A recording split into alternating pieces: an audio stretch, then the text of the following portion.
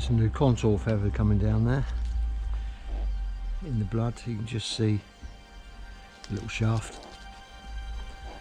Woody, and there's the edge of the train coming down.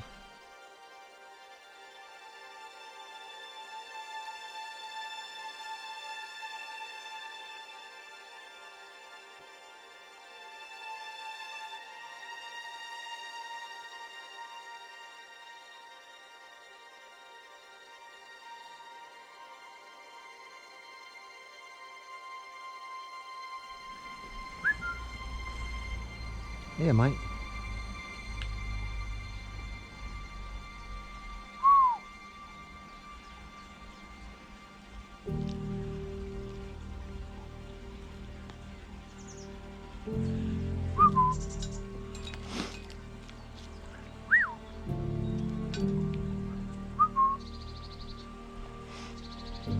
Yeah, I'll put it there for you.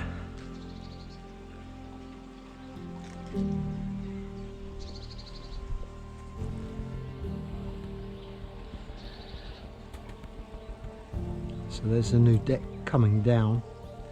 That's the sixth feather in. 1, 2, 3, 4, 5. The one we lost in the season, and the new one that molted out naturally. So still no sign of the deck that we lost by being pulled out during the season.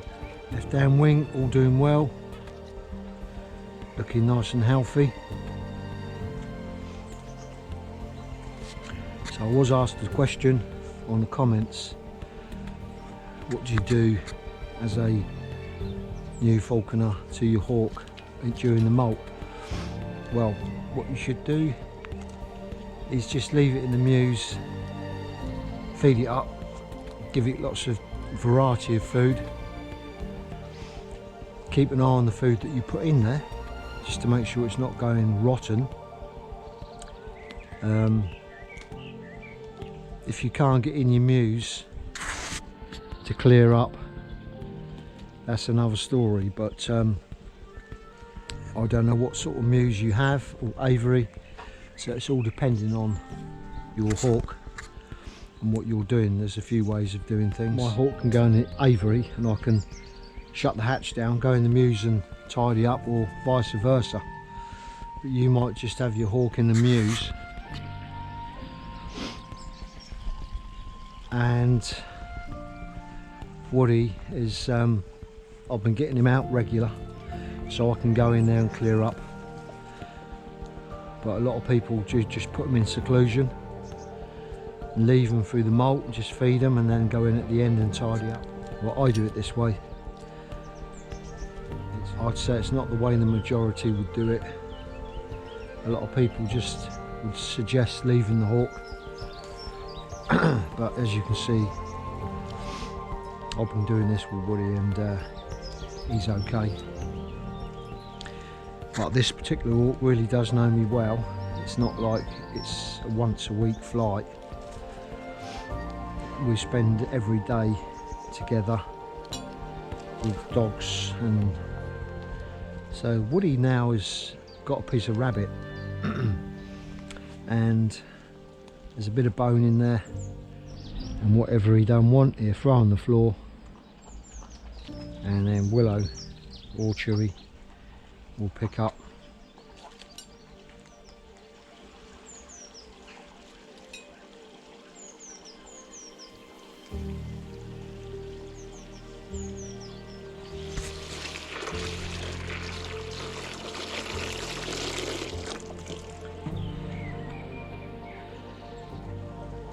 I will say you get lots of opinions in falconry as well.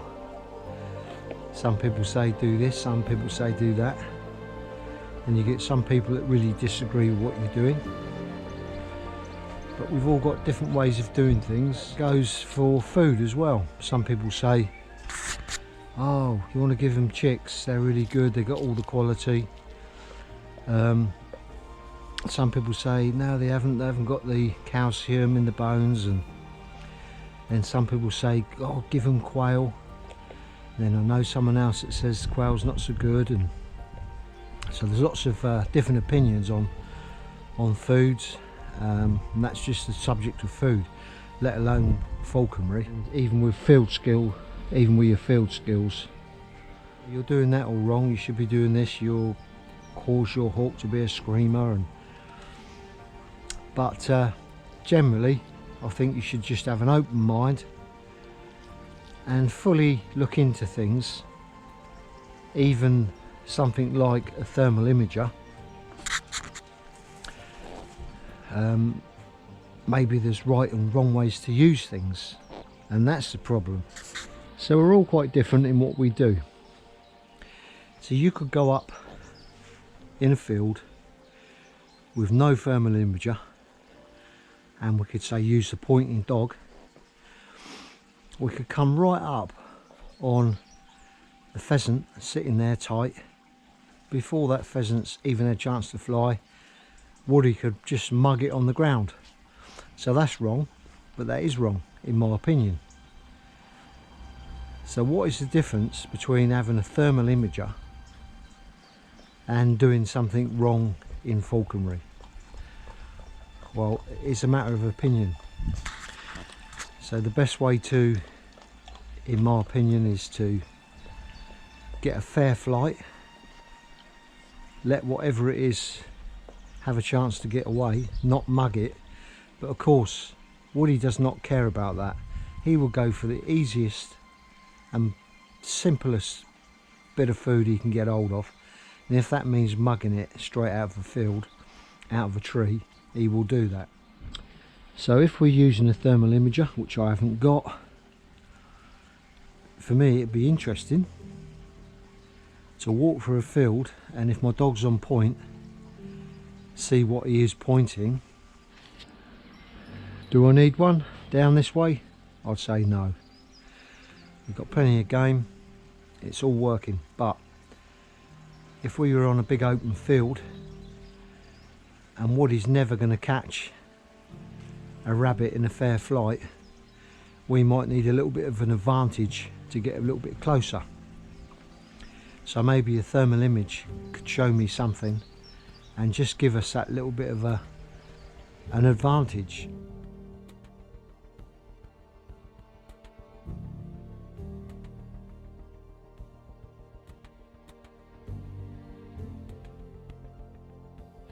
So what I'm saying is, there's lots of opinions.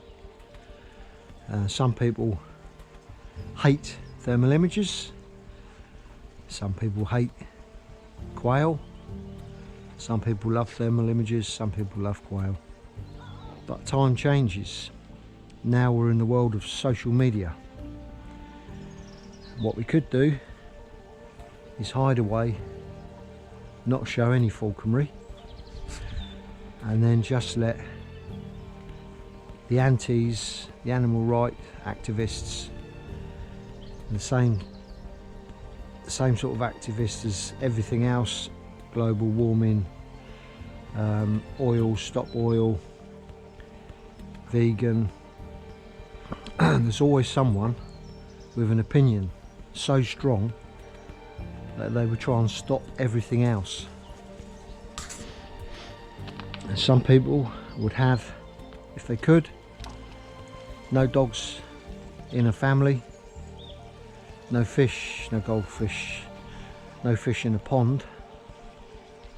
Maybe we should ban horse riding, because put pieces of metal in their mouths and we steer them with that and our feet. Where do we stop? So it's just an opinion, and everyone should recognise that they've got an opinion if they can, and also understand other people have got opinions too. We can try and change the mind of each other, because sometimes we don't see what we're doing wrong, but when we think about it, we eventually become our own. After a while, we become our own masters at what we're doing. Even keeping a bird man through the molt. Not too much said about it, but yeah, some people have said what you're doing, you should just leave it alone. Why should I? Do they know what I'm doing with my hawk? Do they realise that we are flying more than most? And so we got a different relationship. Now if you got peregrines and merlins and other falcons, I think probably the best thing is to leave them alone. I don't know, I haven't got one. I fly a house hawk, and I know what this house hawk does.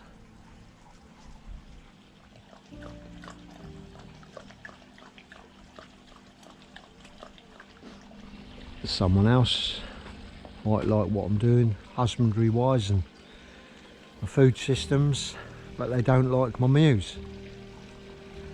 Obviously some rights and wrongs are rights and wrongs.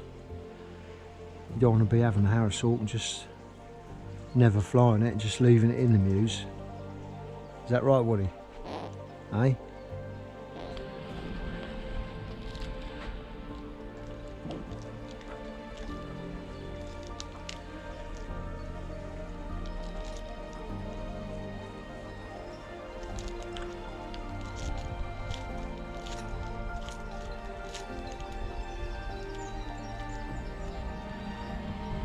So I'm giving Woody some chicken's hearts here.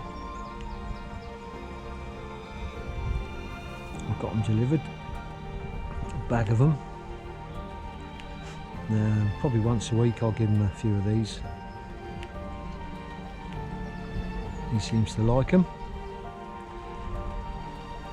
Again, just my opinion, and I think probably a good source of nutrition. So it's a bit like fishing. Everyone's got their little ideas.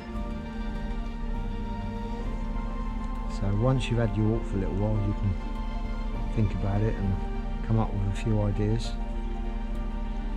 I didn't really want you putting that right down like that, Woody. I was hoping you was gonna, that's it, break it up.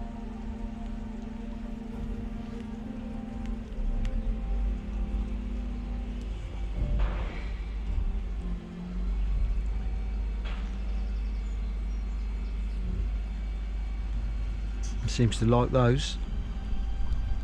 So tomorrow I'm going to give him some chick, day old cockerels, frozen, thawed out. He loves them. And last season I had rat as well for him, but I'm not going to feed him rat this season. I just found it was a bit messy. So he's on rabbit and pheasant, which he's caught, and maybe a few mice. I'll get him from the shop, get him a few mice.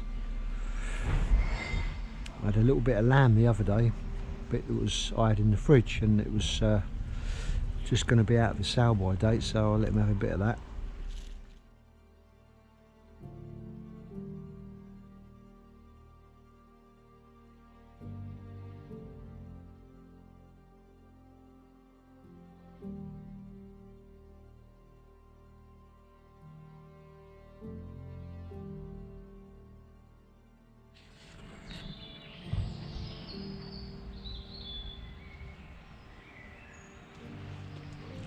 This ground we're on now is totally different to when we would be hunting during the season.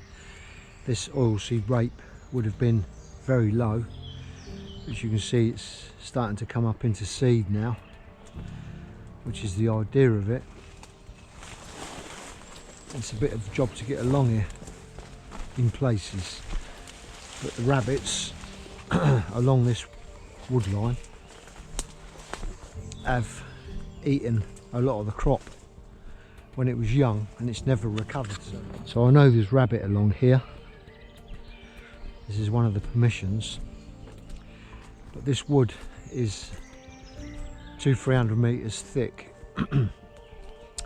And again, I know the hawk can fly through there, I can walk through there, but this piece of wood in particular, there's a pheasant shoot fairly near here, and after the shoot a lot of pheasants get driven and settle in this wood, and we sometimes go through here and get a point on a pheasant, and yeah, occasionally Woody does catch a pheasant or two. The other things to think about is wind direction. If a rabbit is running that way and the wind is behind him and the hawk's following, the hawk speed will probably almost double because he's being pushed by the wind. But of course, walking this way with the wind behind us, rabbits will smell us and hear us before we even get there. So ideally you want to walk into the wind and then circle around for when you do a flush. So ideally the rabbit wants to be with the wind behind it, and then you'll get a faster flight. You can see a lot of rabbit droppings here. Been out and had quite a lot of this crop. Also there'd been pigeon doing a lot of this as well. So there'd be a nice little island of trees if you wanted to keep your hawk in a little isolated area. They will fly from there over to a main wood, but it helps if you're just starting out with your hawk to find these little spots like that if you just want to get him following on. So then you may think about what sort of flight are you going to get, what sort of hunting are you going to get in your particular areas.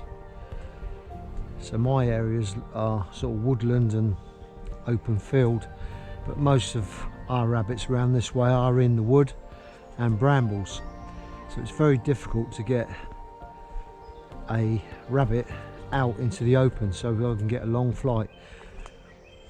The best time is sort of at the end of the season when the woodland is all died back inside and the brambles have gone, the stinging nettles have gone, and then we get a few flights through the wood and a good bit of a hawk sort of flying around different trees, and quite an interesting flight, because that's what it is all about, the flight rather than the catch for me. But for hawk it's about the catch. He wants to have his dinner. So this is Willow, donated to me, which was a lovely gesture when I lost my other dog Bo. And we are training Willow into the style of our particular hunting. So he will come back, and what I've been getting him doing is going left and right on my hand signals. Because I've called her, I want her completely back to me. Good girl. Sit. So I sit her, stay, and she's being used to this now, using my hands left or right.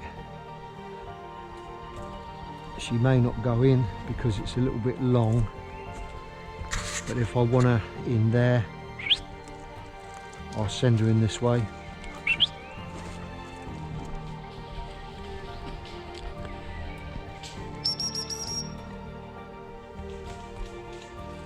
Good girl. Yeah.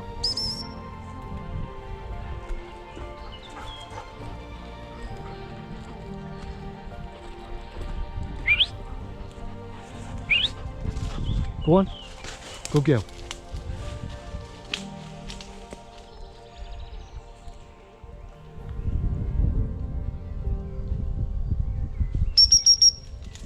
Good girl. Good girl. Yep. Willow.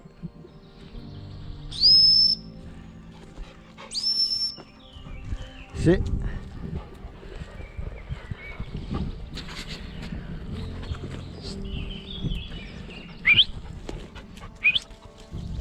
Watch it, watch it, watch it.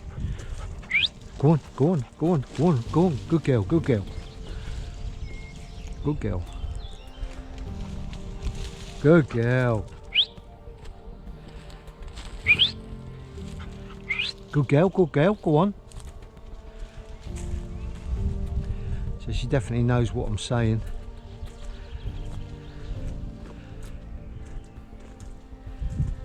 and she's enjoying it.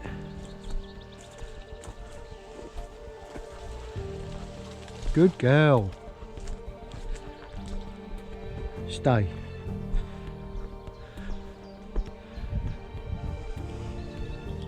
Stay.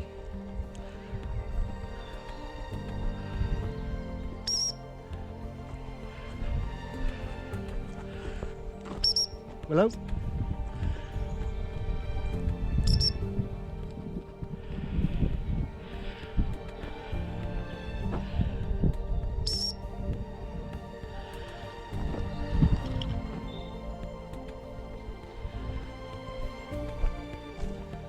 So what I want to do now is see if I can get Willow going left and right. I've done this on the field with using pigeon wings and realising that my signal was for a reason. I'm going to try now coming through here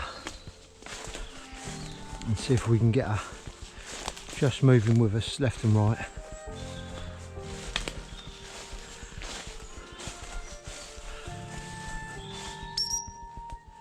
Good. Good girl. Now get her this way. Good girl. She's coming back nicely. Good girl, good girl. Get her in here.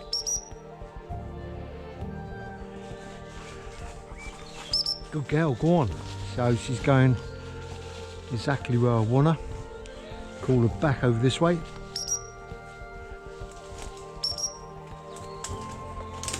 Willow.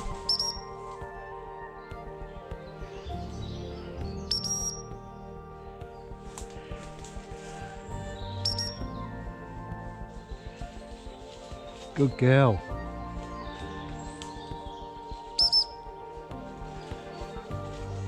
That's good enough. That's good. If she gets on the scent, she's not going to listen so well.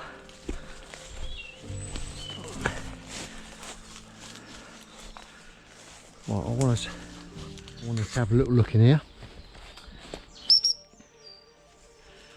Good girl, go on. Yep. This way.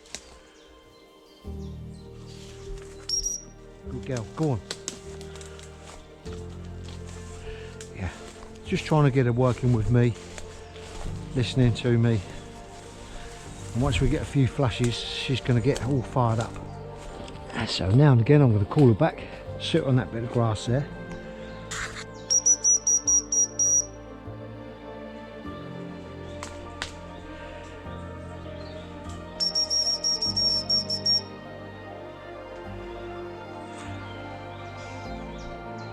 She's not going to be so keen to come back now. She's got a few scents in there. Good girl. Here, Willow. Come here. Good girl.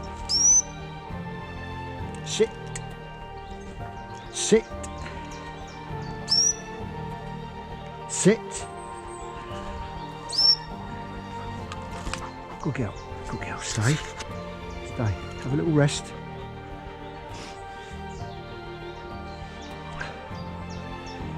So I want her to go right now. So I'm going to use my right arm.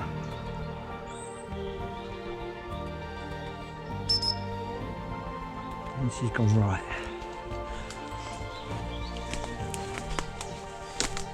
So she's watching me, which is just what we want. So I think we're going to have a good season. And Willow's going to enjoy it. Something you can do in your off season when you're in molt. Keep working your dogs. Getting them all keyed up and ready.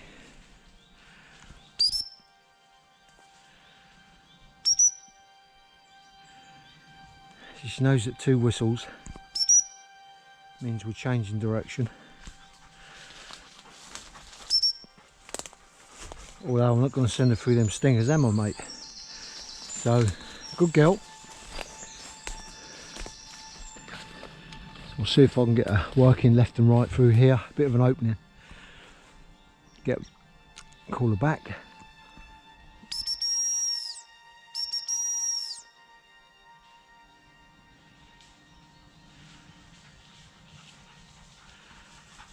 Good girl.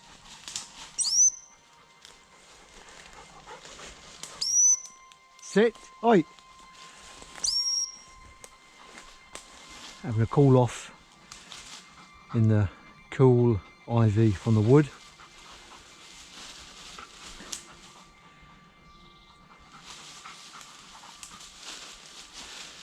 Old Bo, my old dog, used to get in puddles and mud and cool off that way.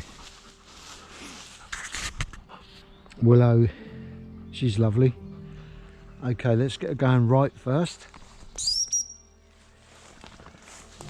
Good girl, go on.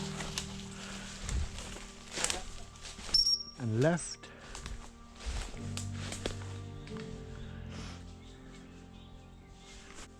No, no, no, no, no. She's found something to roll in there. We don't want that. Let's go and have a look what it was.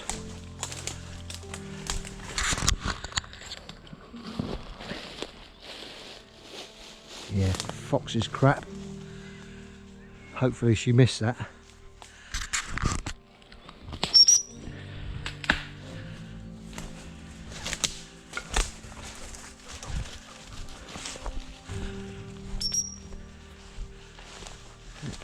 Looking at me, good. Right.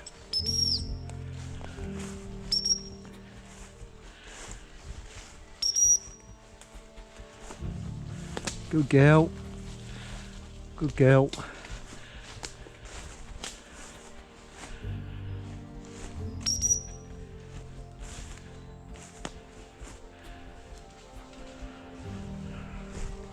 Good girl.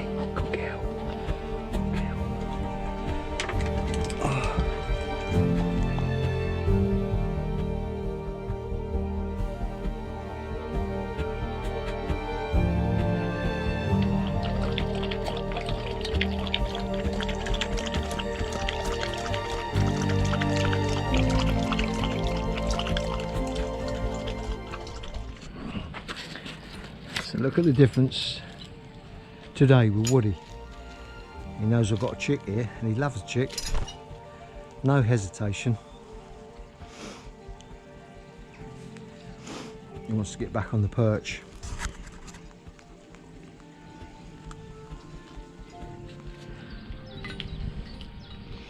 See this deck coming down quite nicely there. Still got this little gap.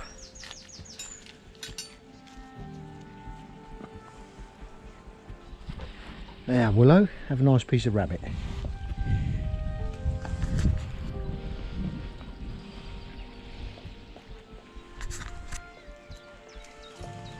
Want a bit, Chew?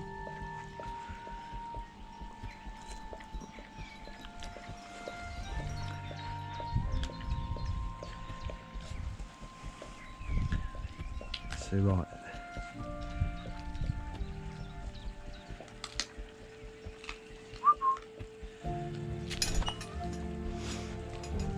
Got you going, innit, Woody? Hey. Let's give him another cheek.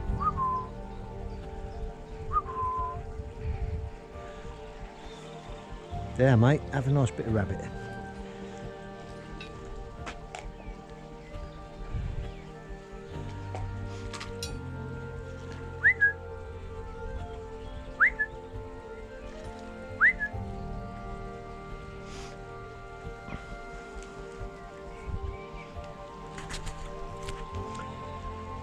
So you can see with a Harris hawk, there's one little thing they do.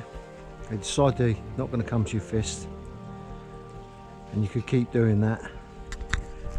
But if you walk away, it thinks I'm going back to its food supply now. So just walk in and walk out, and then that'll trigger his little mind to thinking food again.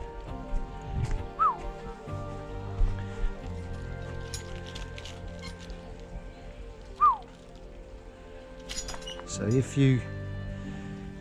your hawk doesn't want to do something and you can see it's not going to do it, just stop and put him in a different frame of mind. And that was just literally what I'd done there. Just walked away, went in the garage, come back, and he jumped to the fist. But he would not have come to the fist if I didn't do that. Remembering that he is at fat weight, so